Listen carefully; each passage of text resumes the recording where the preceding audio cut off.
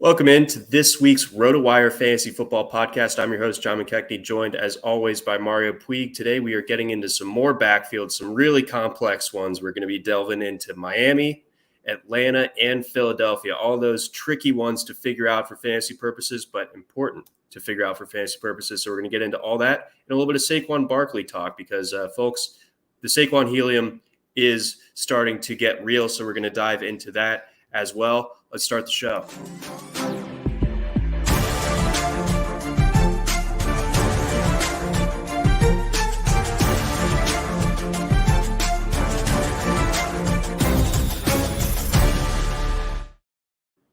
Welcome on in. This is the RotoWire Fantasy Football Podcast brought to you by our friends over at Reality Sports Online. John McKechnie here, hanging out with Mario Puig here on this Wednesday. Mario, let's go ahead. Let's cut right to the chase here. So there's a handful of backfields we've been getting into over the course of the last few weeks. Arizona and Seattle a couple weeks back, and then New England and Buffalo. And the kind of recurring theme that I think we're trying to follow along here is these backfields that don't have those clear-cut number one guys. And, you know, does that present a buying opportunity in some of these cases? Are these some backfields that you might just be better off fading in general? Are there going to be some bargains there later in drafts to you know, fire a dart on one way or the other? So we're going to keep going with that theme. And I think maybe no better example of that is the Miami Dolphins, because it's just a crowded room of meh. Just really not a lot of particularly exciting players that they've brought in. A lot of veteran free agents, whether it's Chase Edmonds, Raheem Mostert, Sony Michel, and in addition to, you know, already having Myles Gaskin and Salvon Ahmed, you know, the dynamic duo out of the University of Washington, of course. So when it gets down to it, I want to actually start things off with your thoughts on the potential scheme change here, because obviously things are going to look a little bit different in Miami after the coaching change. We bring in the offensive coordinator from the San Francisco 49ers, famously able to generate tons of rushing production from, you know, not the most high pedigree type of running backs over these last few years, while the Niners have been, you know, kind of reestablishing themselves. They've been really good on the run. So how much does that translate to this group here in Miami? Do you think that he implements that similar type of philosophy? Obviously, Kyle Shanahan had a ton to do with the success there in San Francisco. So we'll have to kind of see how much of it this new guy can carry over with him. So your thoughts there on how Miami's going to approach it as far as the run game? Well, they're only working with so much, right? There's Edmonds, who's locked in to some kind of role, and then there's Mostert, Sony Michel, two different kinds of players. You can imagine them having separate functions. You know, Mostert basically being just a few carries a game, off tackle kind of guy, and Michel, I guess by default, being sort of like the power element, because Edmonds isn't that either. I don't know what it is that we should expect of any of them in particular, especially Michel, Mostert, whoever else might be hanging around, because Edmonds should get pretty much all the passing down work. And unless this team gets a lot better in a lot of ways in a short amount of time, Dolphins should be playing from behind quite a bit, or at least more than we'd expect them to be winning, or you know, in an otherwise comfortable game script. So it's kind of difficult for me to imagine the situations where Michel would get regular usage, especially because I can't really imagine a scenario where Michel is getting usage but Mostert isn't. Like they both might be part of a pretty, you know, horizontally oriented committee there, with Edmonds being the only one who's reliable because he gets that passing down work, which again, we might expect there to be a lot of that. So that's almost like a by default thing, because Gaskin's the only other one who can catch passes, and he can do that. I actually think Gaskin kind of got a rough deal last year with just how bad that team was and how little there was to be done about it. But problem for him is whatever Gaskin can do, Edmonds can do quite a bit better, and they're quite a bit more invested in Edmonds. So I think it's between Edmonds, Mostert, and Michel, and I kind of expect both Mostert and Michel to make the roster. But for what it's worth, the Dolphins can cut either one with basically no. I guess he'd be eating $1 million with Mostert. So yeah, they're probably going to keep him for sure. It's Michel who's maybe a little bit more uncertain, and even with him, they'd be eating $850,000. So I think they're going to both make the team, and it's like, are they going to be fighting? Is it going to be two players fighting over nothing? I think that's possible. It would take the Dolphins being a lot better than we currently are projecting for the other two, aside from Edmonds, to get much work. So this is, kind of getting a little bit granular with it, but, we talked a good bit last year about how bad Miami's offensive line is. Do we expect any improvement there? Do we think that, the schematic changes are going to be able to kind of smooth over some of the otherwise shortcomings when it comes to the trenches there for Miami? Yeah, it can't get worse. It almost certainly will get better. The question is, how healthy can Teron Armstead stay? Because he's been hurt a lot with the Saints, but when he's been healthy, he's pretty clearly one of the best offensive tackles in the league. He's notably a really good athlete, a memorable athlete at offensive tackle. I still have hope personally for Austin Jackson, the first rounder from a couple years ago, who was horrible at left tackle before he was, I think, also bad at guard last year. I can't remember which guard spot, but he's really young, right? Yeah, I was going to say he's one of those cases where he turned maybe 21 during his rookie year. It was shortly before his rookie year, and especially playing offensive tackle, it's hard to be any good if you're younger than like 23 or something like that. Like the underclassmen offensive tackles almost always struggle, and the ones who don't almost always become stars. So he could be merely, like especially since he was raw coming out of USC, he could be a case of, since he was more tools than skills, he might have needed more development time than even most offensive tackles, even aside from the age consideration. So I think he's like a classic case of a potential late bloomer. And the thing is, he's just such an insane athlete. Like there can't be five better athletes at offensive line than Austin Jackson in the league. So he can really run. I didn't realize they were maybe trying out Connor Williams at center. That'll be interesting. They signed him from Dallas, where he was, in my opinion, pretty awful. We'll see if that helps him. He's pretty athletic, despite how there was a day where Connor Williams was projected to be like a cornerstone left tackle prospect during his time at Texas. I forgot about that. Yeah. He's a pretty good athlete for how. He was too small to play tackle, but he was very athletic by tackle and guard standards before he was bad at guard for the Cowboys. Maybe playing at center helps them. I don't know. They got that BYU guy from last year. I don't really know anything about him.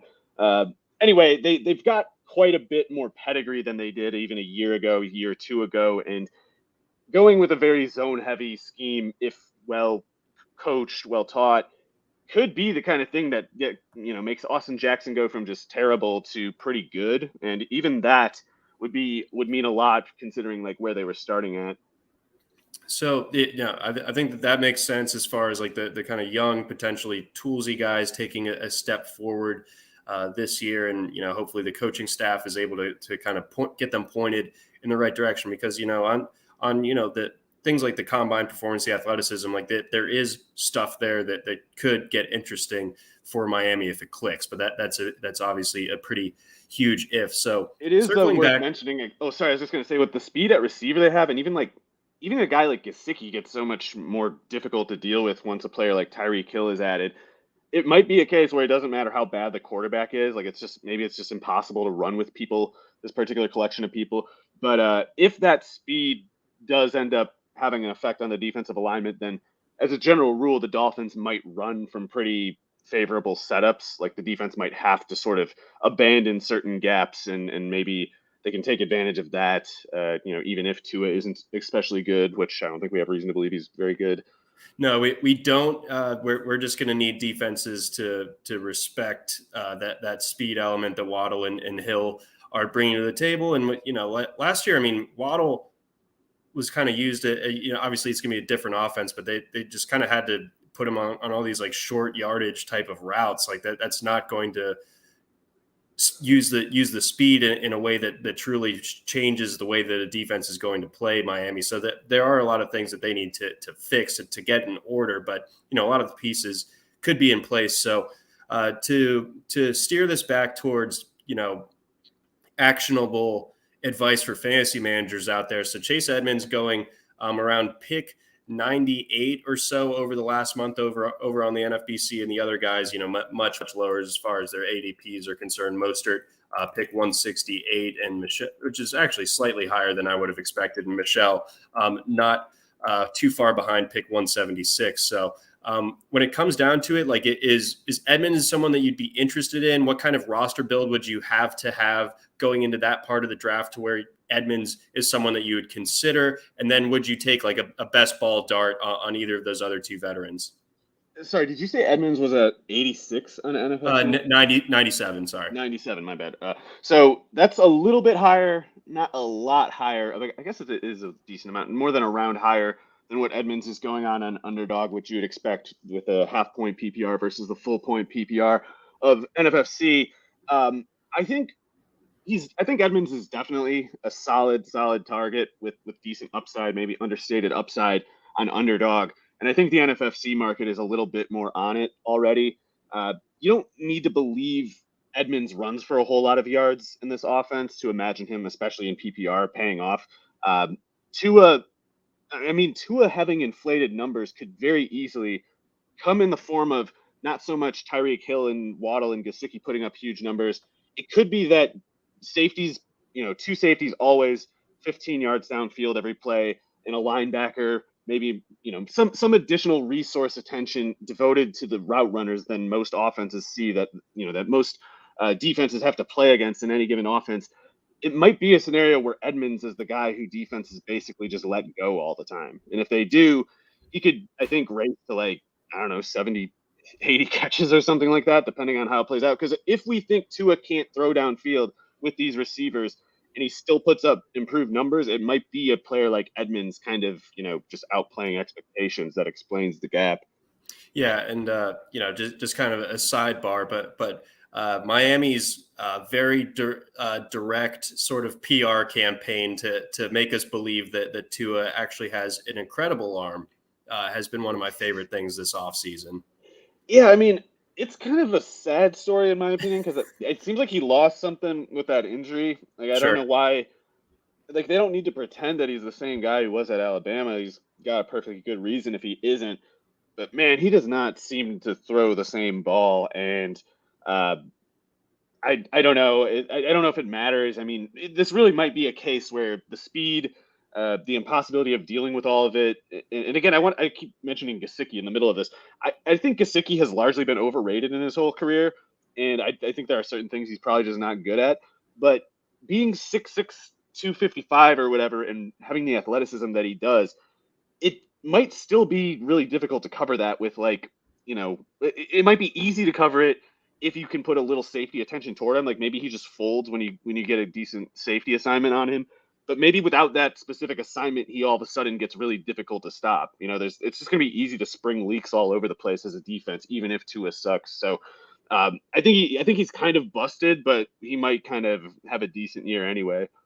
Yeah, a high tide raises all ships, as it were. And then, I guess the other thing is, how many carries can we realistically expect for Edmonds? He's a guy who never had more than 116, which was his career high a year ago, although that important to note was just over 12 games, and he was impressive with it, 5.1 yards per carry. And then he was, as we've alluded to and established, really, really good as a pass catcher. But there's still, when you have a guy like Chase Edmonds as your number one, I guess he is dense enough, 5'9", 210 to take on maybe a heavier workload than he was able to in Arizona because they just had guys that were ahead of him. But you got to figure that they're going to be looking for some more short yardage stuff. And that's where I think Michel kind of becomes like an annoying factor, I think, for fantasy. Yeah, I don't think you can project a whole lot of rushing production aside from maybe yards per carry. In that sense, Edmonds might rank pretty high. He might average I don't know, a full yard more than the next most active Miami runner. But they probably should keep his workload contained, especially as a runner. I see at the combine he was 5'9", 205, which it's fine for a rotational player, especially if they're not getting him too many direct hits from the defense, from the bigger guys on the defense, especially. But that's also, it's like a Michael Carter. It's probably a Clyde Edwards-Helaire situation too, where it's like these guys are just too tiny to make them play like you would a 215, 220-pound back, especially some of the more densely built ones. So I think they want to keep him more at 8, at most 12 carries per game, especially because they might need to give him, 5 catches a game too, or something like that. So I think Sony Michel will be their main short yardage power runner, like you were saying, but I just also don't know if there's much to lose there in the first place. Like, I don't know if they're going to run for many touchdowns on this offense. So I think it's more like a Michelle problem than a Edmonds one. But I still do think Michelle is maybe worth a couple of like last round picks or something like that here and there, just because if Edmonds does get hurt or something, then Mostert's not picking up everything. I guess we would expect Gaskin to plug in at that point, but it's not guaranteed. It could be like Michelle gets 30 snaps a game in that scenario, and at that point, he would just kind of have to be incredibly bad to not have some utility. No, exactly. So that's something to bear in mind with your late round end game strategy. And then I have a hard time quitting Raheem Mostert. I was overweight on him last year, despite knowing all the red flags. The red flags got hurt still is exist. Yeah, it's only injuries. He always gets hurt though. That's the problem. But then again, he's going really very late in drafts. Just a round ahead of Michelle. In the mid 160s. So you're getting pretty far along in there. And I think for best ball, that's where Mostert becomes interesting, because those weeks where he is healthy, he could have those spike weeks. Yeah, so this one is really tough to figure out, in my opinion. The one thing I think is true for sure is that Raheem Mostert only disappointed in fantasy because he got hurt. And I know that it's pertinent to note when a player gets hurt, but there's a difference between a player failing, which a lot of people are already revising the narrative with Mostert. They're just, in some cases, granted, I've seen this mostly just to kind of like subsidize skepticism of Elijah Mitchell. But I've seen people going like, "Oh, you idiots who drafted Mostert last year got what you deserved." Like, a knee injury? What are you talking about? Like, you didn't get anything right. The player got hurt. And I wasn't even invested in Mostert last year, but it's like you don't get something right by a player getting hurt unless, I don't know, it's like a Michael Thomas kind of thing, I guess, where it's like actually obvious. I don't know. Whatever. Mostert, all actual on-field evidence says can run with the football. It says he's hard to catch when he's running away from people with a football. Maybe he can't do it a whole lot, and that's actually what I would suspect at this point. I mean, he is, for about as much of his life, he was like a track athlete. Or he was more, even at this point, he was a track athlete longer in his life than he was a running back. Even before he was in the NFL at running back full time, there was still just like he's playing gunner all the time. Purdue, I don't know if he was ever formally moved to running back or if he was always just a receiver who doesn't run routes. He doesn't have the build for it, is probably the reason why he didn't get moved there sooner. It's just that he's an amazing runner in an open field, but it's hard to get that open field reliably enough in the NFL. And to often get there, you have to, endure physical stress that apparently he just doesn't. He's not well built for it. So my concern with Mostert is that even if he doesn't get hurt all year, he'll have a very tightly limited workload, and one where he might average 6 yards a carry, but I just don't trust him to go over 50 yards in a game unless he's running for a 50-plus yard touchdown, which he could do, but that's like 2 or 3 times in the year won't make a difference. Yeah, no, I mean I think that's the best way to sum it up, is just like that. They're just simply, there's no way really to expect him to be carving out, much more than 5-6 carries in a given game. And to your earlier point, Raheem Mostert over a 3-year sample, 2018 to 2020, 275 carries, a 5.7 yards per carry average. So pretty, explosive stuff. Also was pretty decent as a pass catcher in that sample. Obviously 275 carries. That's something that a lot of rushers are able to take on within a single season. So of course, caveat there, that's 3 seasons, but nonetheless, he never failed when he was healthy. Right. Yeah. So he didn't get benched or something. That's what some people seem to think. He just got benched, but it's like, no, he was broken and missed the season. That's what happened. Yeah. A gurney is different than the bench.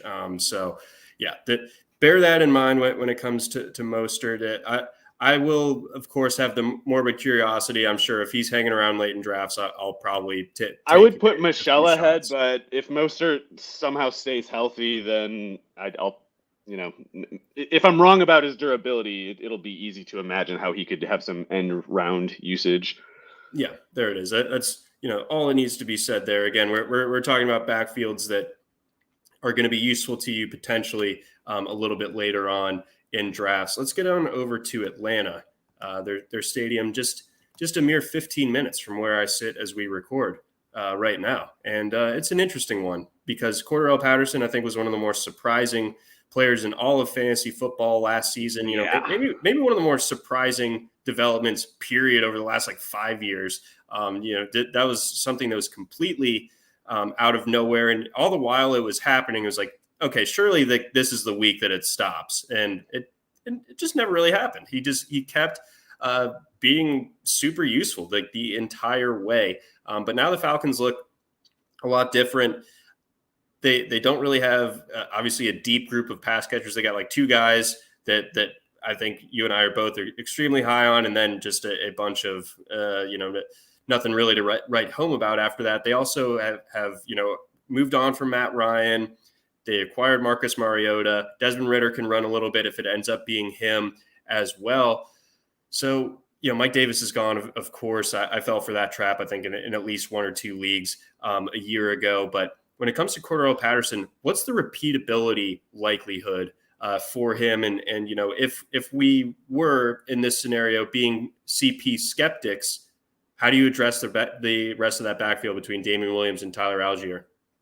Yeah, so the Falcons offense didn't have that much to give to its backfield last year, or at least Mike Davis couldn't make anything happen with what he did. Cordarrelle was basically all of the production that happened back there. And part of it is probably just that Davis isn't any good, really. But when a player like Davis fails to that extent with the extended exposure that he had in that offense, and then Cordarrelle in that same offense pretty much does great, then I'm inclined to believe that, as bad as Davis is, Patterson showed that he's very far away from, whatever level Davis is. And I say that because I can imagine a lot of people are looking for reasons to call Patterson a fluke. And I think he had a lot of chances to prove it last year, and it just never really happened. He did get hurt, and I'm sure that's going to be a risk. I mean, it's not the same, but you can imagine something kind of like the Mostert example playing out with Patterson in that, why didn't he play running back earlier? And maybe he's been a receiver all this time and a kick returner specialist all this time because maybe there was some reason he wasn't moved to running back earlier. And maybe it has something to do with the way he just endures contact and takes hits and his ability to get through a season, stuff like that.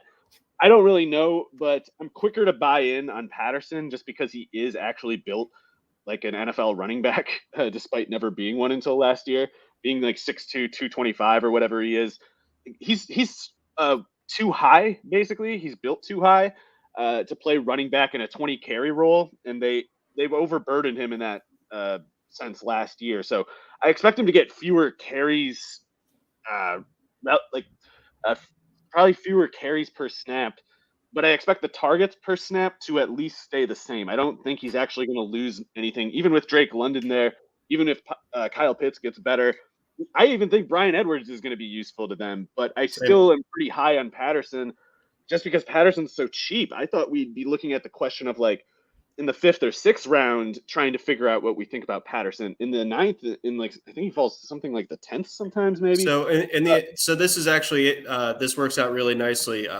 Listeners, I may or may not have planned this out, but Chase Edmonds goes 3 picks ahead of Cordarrelle Patterson right now. So it's a true toss-up. Well, I like them both actually, and there are some other targets in that range. I know on Underdog, James Cook goes in that range. I would not take James Cook when you can just take Cordarrelle Patterson and even like Melvin Gordon, certainly Chase Edmonds, certainly Rashad Penny.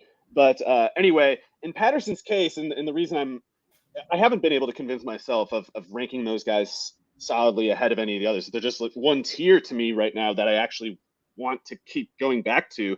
I want to pick running back in the round where these guys are going off the board. I don't want to be picking other positions really because all these running backs look like really good values to me.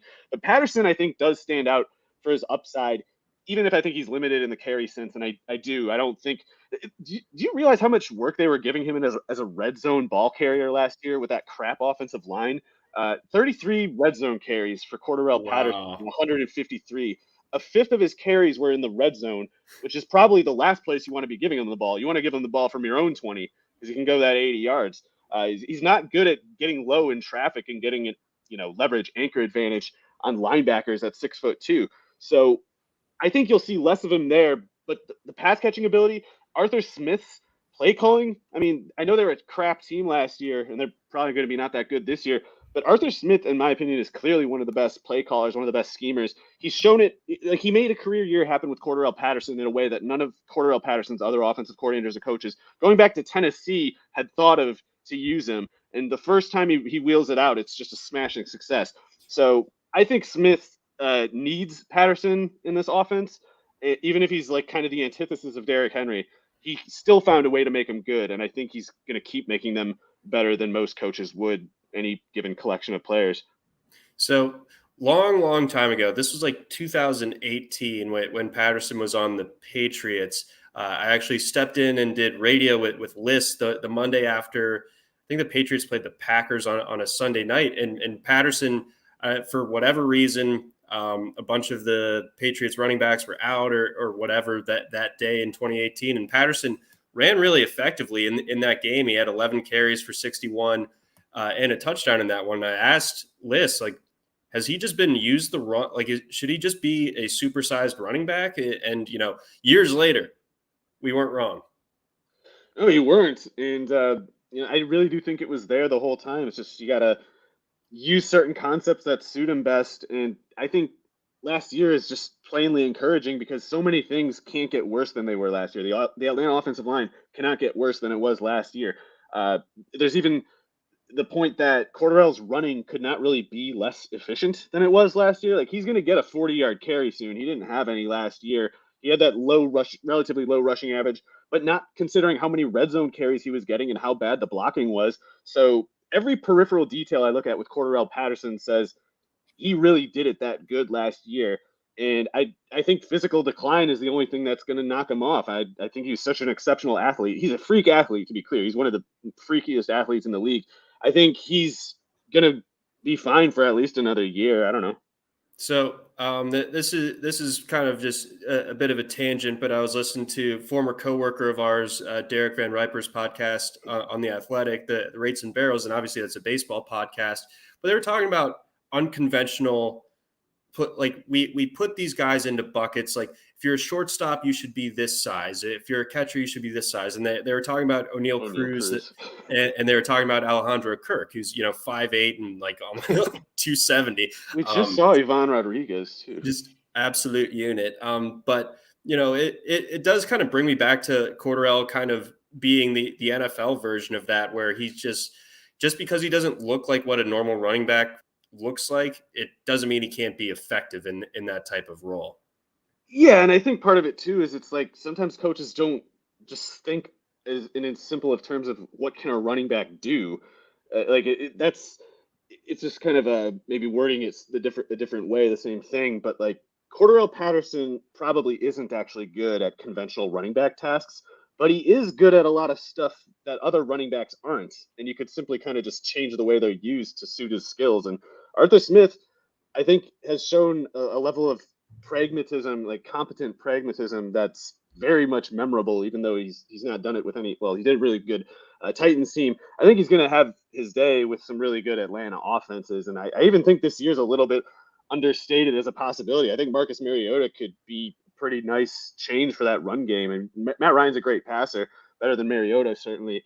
But this ground game could be pretty tough. I guess to mention quickly, even though I like Cordarrelle Patterson, obviously, the durability risk is real. The limitations as a runner are definite. I think somebody else is going to do something, but I don't think two players are really. So I'm thinking somebody gets pinched out of Tyler Algier or Damian Williams, and I happen to think that Damian Williams, if he stays healthy, has certain advantages over Algier, especially as a pass catcher. So I would bet on Damian Williams playing first off the bench rather than Algier, even though I think we both like Algier a decent amount. So does that come down to just Williams being an experienced vet who might just be able to pick up what the Falcons want out of that role? At the very least, for passing down reasons, because I mean, not to say Algier is going to be bad at it. The BYU offense didn't really give him formational looks to prove it either way, but his pass catching returns were not good. And Damian Williams is one of the most natural pass catching running backs in the NFL. So I think the concern with Damian Williams is he going to get hurt like he often did, even in Miami, even before whatever his latest thing was. I can't even remember what it was. But he is only a couple pounds lighter than Algier, and he's faster than Algier, and he's a proven passing down guy, whereas Algier is unproven at best and could be pretty bad at passing down stuff. So Williams is basically free right now. He's like, He's in like that Sony 80. Michel category where it's like, usually when you take him, you're looking at trash anyway. Of course, you're not going in thinking like, God, I hope I get Sony Michel or Damian Williams in the last round. But when you're there, I think he's worth more thought than he generally gets, if only because I guess it's been slipping lately. But Algier's ADP on Underdog I'd see him go in like the 12th round sometimes, which is insane. It's around there on NFC, like 141. Yeah, I mean, just because he's the closest thing they have to Derrick Henry doesn't mean that there's a Derrick Henry role to be had there. There wasn't one last year. Arthur Smith doesn't need Derrick Henry. He just showed us with Cordarrelle Patterson that he can do things with players that no one else can. So yeah, expecting him to like long for an archetype of a 240-pound bruiser, it's kind of ridiculous. But I think that's explaining the Algier optimism because it's just not there by conventional prospect reasoning. Sure, no. Absolutely. So, do you have Algier interest then at this? Not at this ADP? price. I'm not really racing for Damian, and he's the kind of guy who, even when you're taking him in the last round, you don't want to go over a certain exposure amount because he could easily just go on IR like second week of camp with some crap and get injury settled. You don't want him on a 40% of your rosters if that happens, even if he is free. So yeah, other than just kind of like rotating him with guys like Sony Michel, whoever else you might sometimes think of in the 18th, 20th, whatever it is. I think you can be in, but just don't want to be too in. Yeah. Keep your exposure light, but get a little bit. Just go on, get a little bit. Anything else to add on Atlanta before we move on to Philly? I hope Jalen Mayfield stops. Him and Caleb McGarry need to either get it together or be exiled, I think. Does Mayfield? I mean, obviously Mayfield doesn't have the same athleticism as Austin Jackson, but same draft class, if I remember correctly. And Mayfield was last year. Jackson was 2 years ago, but Mayfield was very young last year. Yes. So the problem is, unlike Austin Jackson, Mayfield does not have. He had some of the worst athletic testing. Austin Jackson could do I don't know, a lot of different athletic stunts. Mayfield can only do like sumo kind of stuff, and last year he couldn't even do that. Yeah, I kind of remember in Mayfield's pre-draft prospects or pre-draft process, just kind of not understanding why exactly he was. He was like a good right tackle on Michigan's roster, and I guess people were like, "Oh, well, even though he's a crap athlete, he'll just be good at guard, therefore." But he was also a bad athlete by guard standards. The problem. So we'll see. I mean, he's got a chance, but his play was unacceptable, and Caleb McGarry is annoying for a lot of reasons. Yeah, I mean, Mr. Change the Music in the Locker Room guy. I remember that. And if you want to be like that, you better not suck, and he is terrible.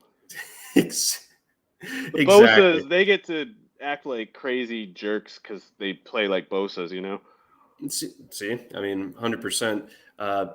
Was Jared Allen annoying? I thought he was just cool. He had kind of like a Chuck. He was like the first Gardner Minshew, actually. Yeah, was his bit. And he was in Jackass, so like double points. Minshew's just. If I was Jared Allen, I would be sending a cease and desist years ago.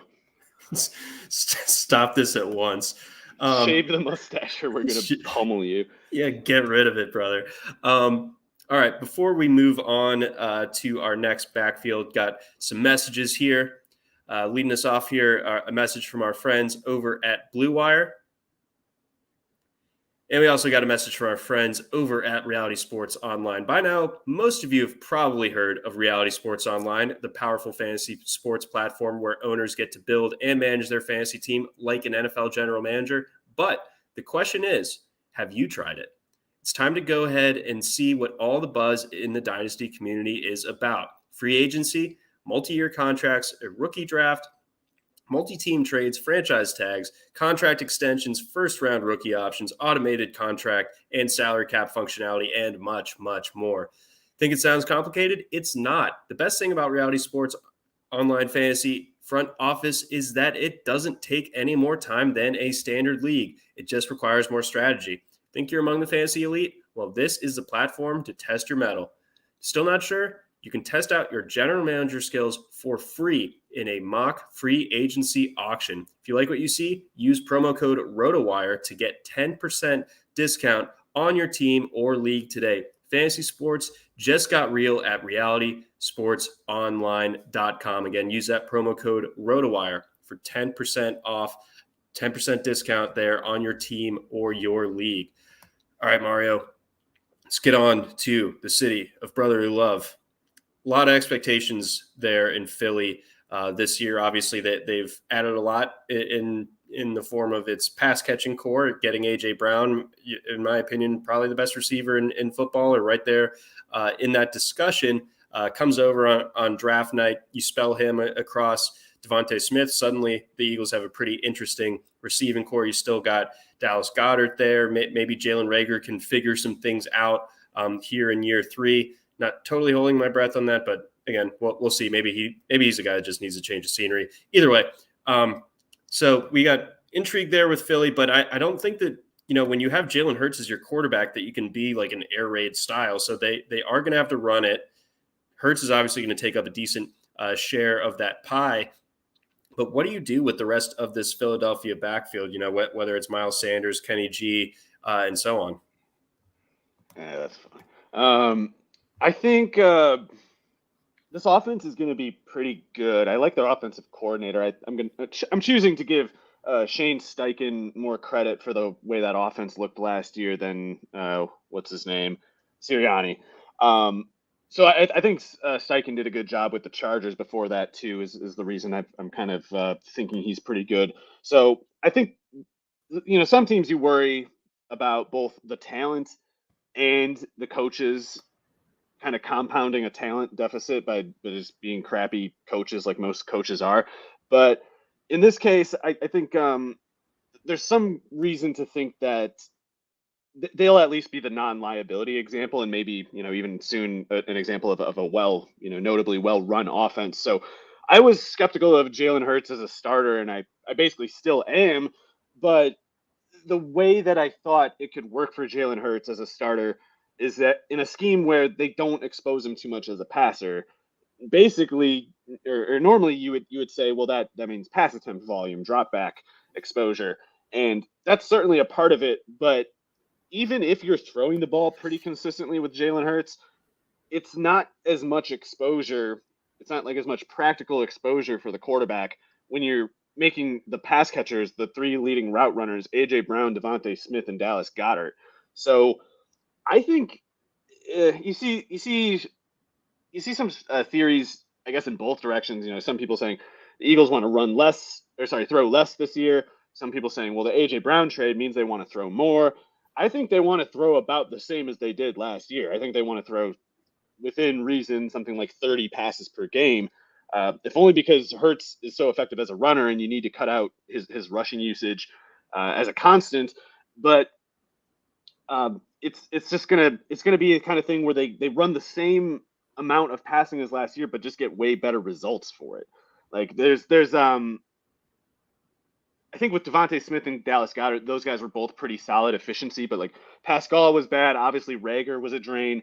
Greg Ward has been a drain for like 5 years now. I can't believe he's still on this team. Quez Watkins, I guess, was technically somewhat above the baseline, but if you watch the way he was used, he was not that much of a real receiver. There was a lot of just kind of like bubble screens where between the Hurts thread and the defense already respecting Devontae Smith, Watkins was just kind of left alone for some easy yards after the catch. He can be a good wide receiver 4 or 5, I'm sure. Reagor, I think, just needs, time. He needs to just find peace or something. He needs to find better luck. He seems like he's just kind of he's going to be like a wreck for a while. So I think he's very talented, but I don't know if his mind is in the right place to do anything in particular, let alone be, an NFL player, which can't be easy, mentally or physically, of course. So I'm not really counting on Rager, but I think you're going to see Watkins do about as efficiently as last year with a much smaller snap count. You're going to see Devontae Smith get an efficiency boost, if only because defenses are going to have to pay more attention to A.J. Brown until further notice. And I think Goddard's going to be kind of closer to the way he was at the end of last year than he was at the beginning. Like, they should just think of that offense as a 3-wide kind of base, but one of the receivers is Goddard, and only throw the ball like 30 times a game. That's perfect amount of balance right there. So with that balance, what do we do with Miles Sanders? I mean, like, Right. last year, that whole thing. So, you look at his numbers from a year ago, career low in rushing yardage, but he was, career high as far as efficiency went. 137 carries, 754 yards, 5.5 yards per carry. That is the pass catching, not getting a ton of yardage on his catches. 26 to 34 catches to targets for 158 yards. So, just kind of slightly below average as far as pass catching work was concerned. The fumbles got cleaned up a little bit, luckily, after, the 4 that he had the year prior. We expect him to be the lead back here, and I think he's the most conventionally. And I know we were just speaking about unconventionals just a few minutes ago, but you got to figure that he leads this backfield, and therein, if we think that Philadelphia is going to be scoring some touchdowns or, having an improved offense this year, like being a little bit more explosive on the scoreboard, do we think, Sanders has some appeal there where he's going? He's going pick 85. So right in front of Tony Pollard, actually, right now on NFFC.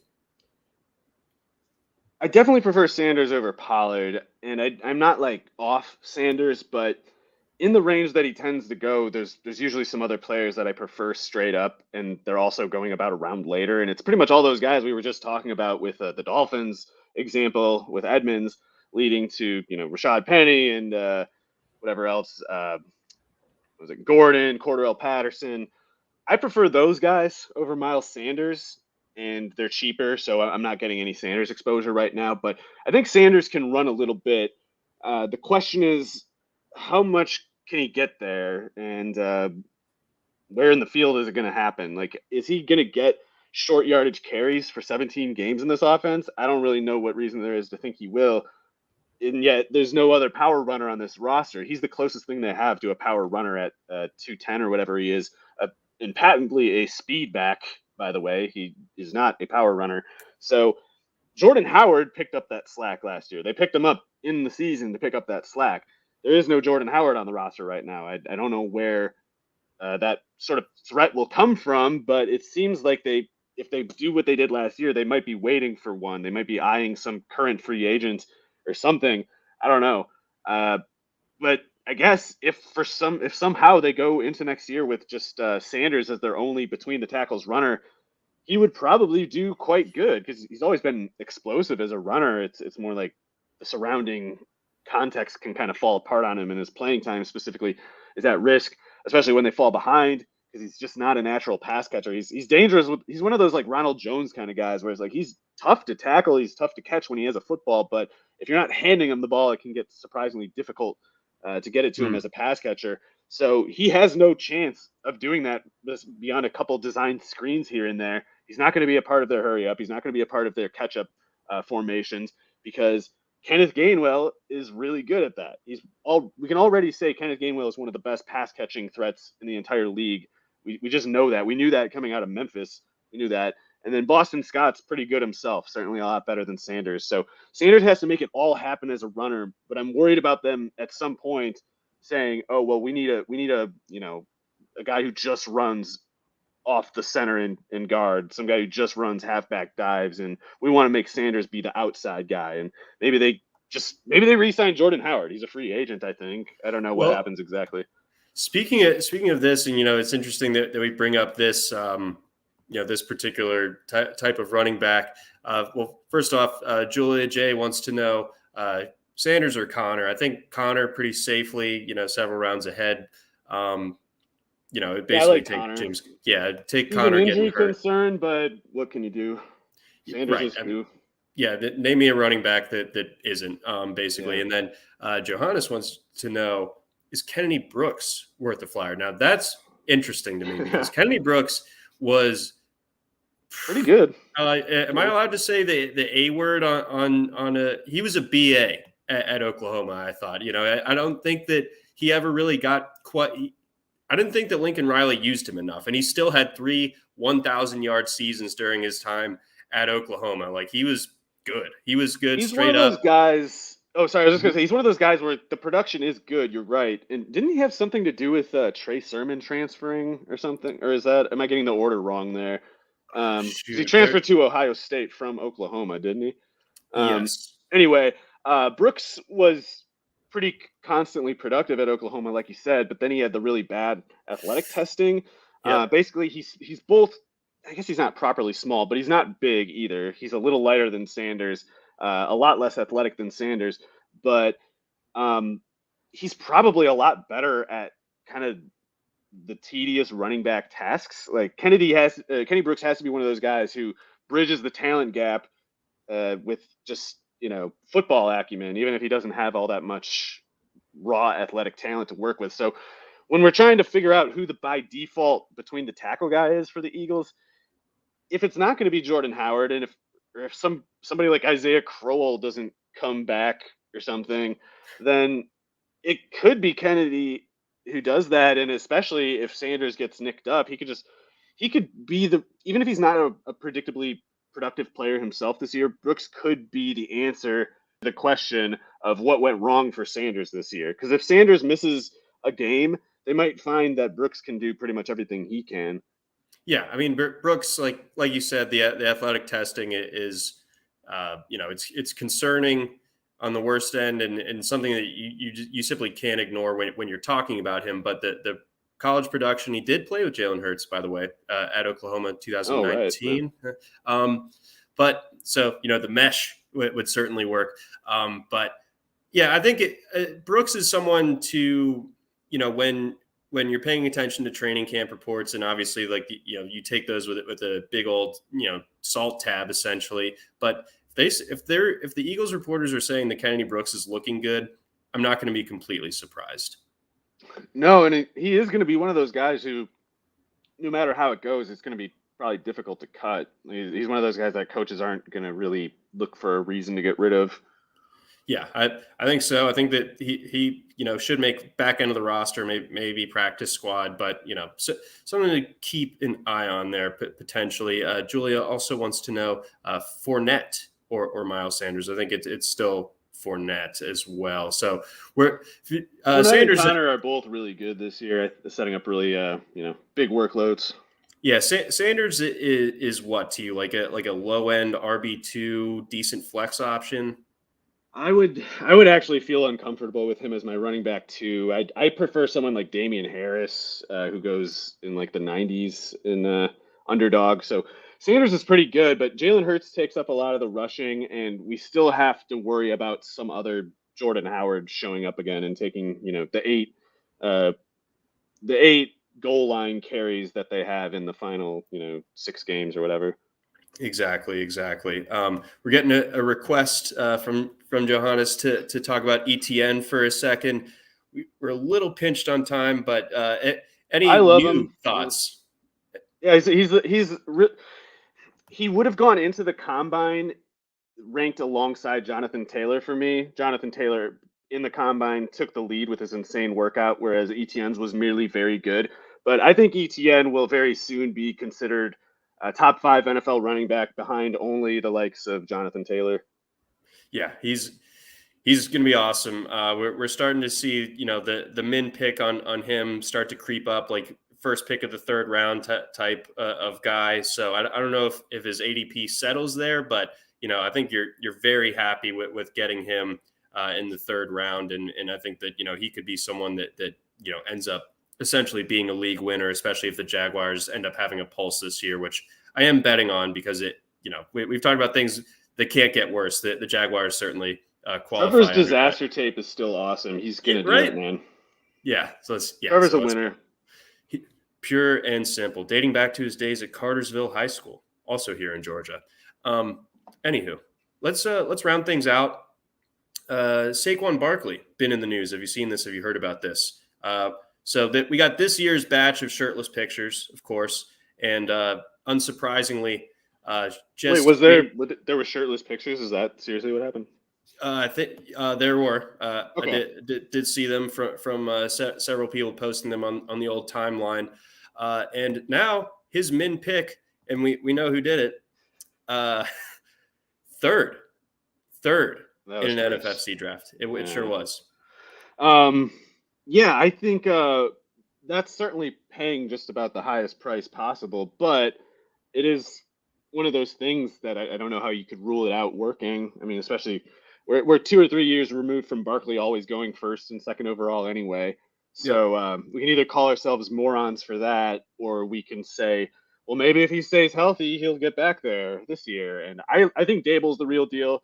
I think their offensive line stands to improve. I don't know what is going to happen at receiver exactly in that offense either. So it's like if I'm expecting them to improve and I can't convince myself it's the guy with the Achilles tear, Shepard, Tony. I don't even think I'll be surprised if he's on the team in like October.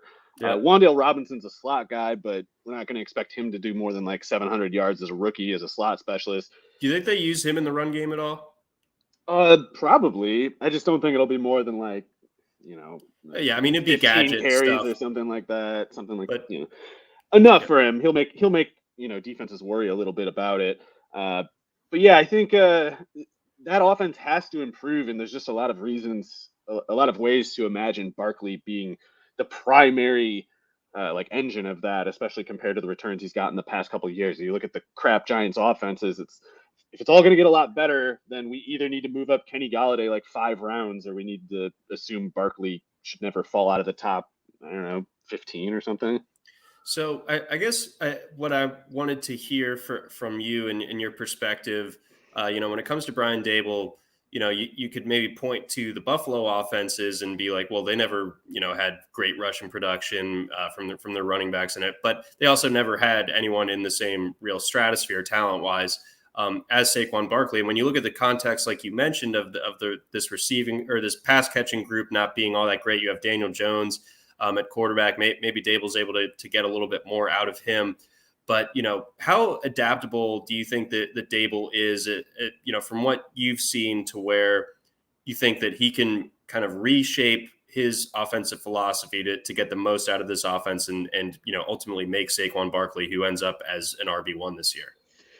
Yeah, it's always hard to know. I mean, maybe there's no way probably, but Dable, I think, will be good.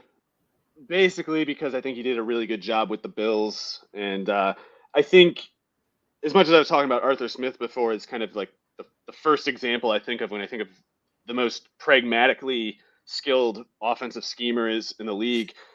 There might be reason to think Dable could be one of those too. I think everything about the way they approached Josh Allen and how they tried to enable him and set him up for success in Buffalo was very simply just looking at everything he's good at and trying to amplify that and trying to minimize his exposure with anything that he's less good at.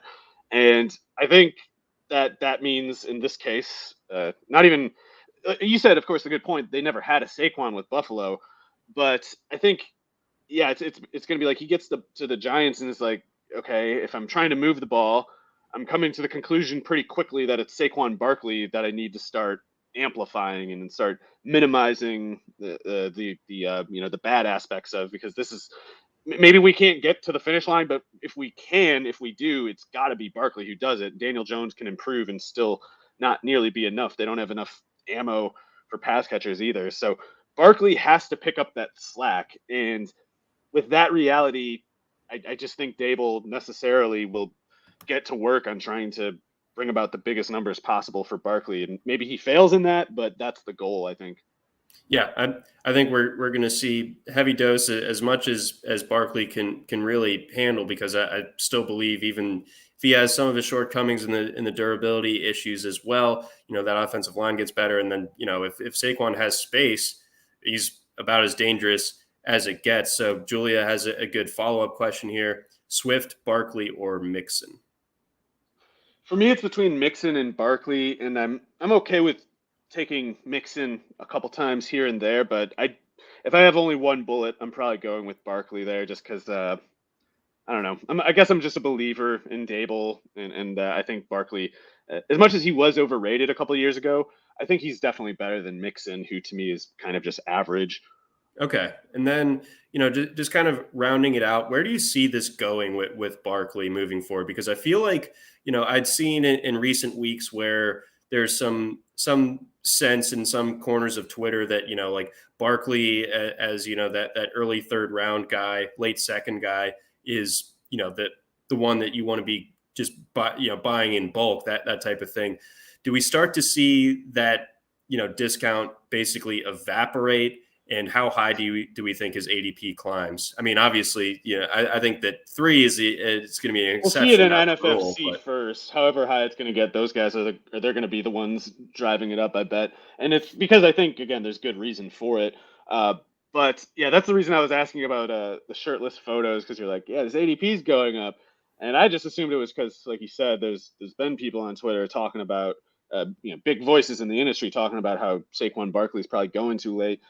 Usually when enough of that happens, the price will go up. And I assumed it was for that reason, but you pointed out it's actually these the biceps or whatever else these photos contain. So we might need to worry about a second inflation in his price. If it was the shirtless pictures that caused it rather than the commentary, then we might not have baked in the commentary yet. No one ever drafted A.J. Dillon until they saw his quads. Especially, yeah, no one even knew who he was, especially not us.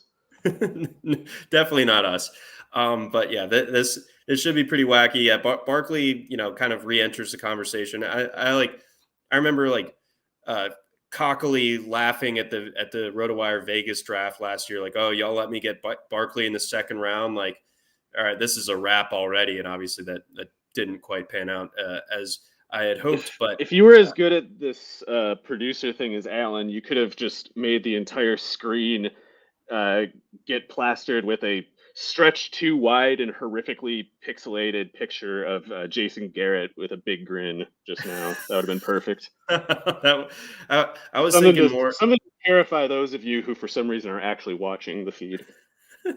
I was thinking more like a Nickelodeon slime coming down on me. It's like, this guy got Saquon Barkley in the second round. Whoop, whoop, and getting the slime. I'm blaming Garrett. Yeah. And Joe Judge. It's a good thing to do. But yeah, but I mean that's a clown. The Joe Judge exit is going to make them so much better, even if Dable sucks. Yes, a real true dead cat bounce going on there for the Giants. That's going to do it for us here on this show. Big thanks to our listeners. Big thanks to the people who tune into the live stream, comment, keep the conversation going. That's always a lot of fun. We really appreciate all of you. Also, shout out to our sponsors, Blue Wire and Reality Sports Online. That's going to do it for us here on the RotoWire Fantasy Football Podcast. For Mario Puig, I'm John McKechnie. Thanks for listening. Try RotoWire today, free for 10 days. Get our premium tools, rankings, analysis, and breaking news alerts. No credit card required. Go to rotowire.com/try.